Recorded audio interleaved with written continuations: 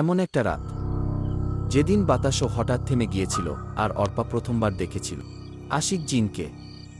রাত প্রায় একটা, রাস্তার পাশে একা হাঁটছিল অর্পা, অন্ধকার, কুয়াশা।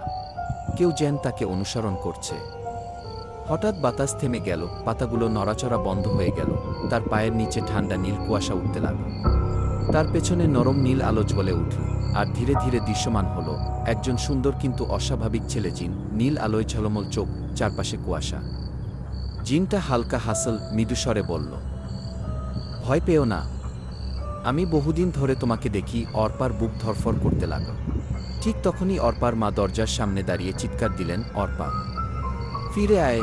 অর্পাকে ডাকছিল অর্পার মা, কিন্তু অর্পা কোনো কথা বলতে পারতেছিল না। ও ওর জায়গা থেকে লড়তেও পারছিল না। জিনটা কিন্তু অর্পার কোনো ক্ষতি চায় না, জিনটা ওকে হাত বাড়িয়ে ছুতে চায়। অর্পা অনেক ভয় পেয়ে যায়। অর্পার মা অর্পাকে নিতে আসে।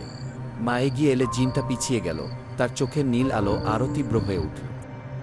জিনটা বুঝতে পারল অর্পা ওর ফ্যামিলি ছাড়া ও ভালো থাকবে না, তাই ও সিদ্ধান্ত নিতে বাধ্য হলো ও চলে যাবে।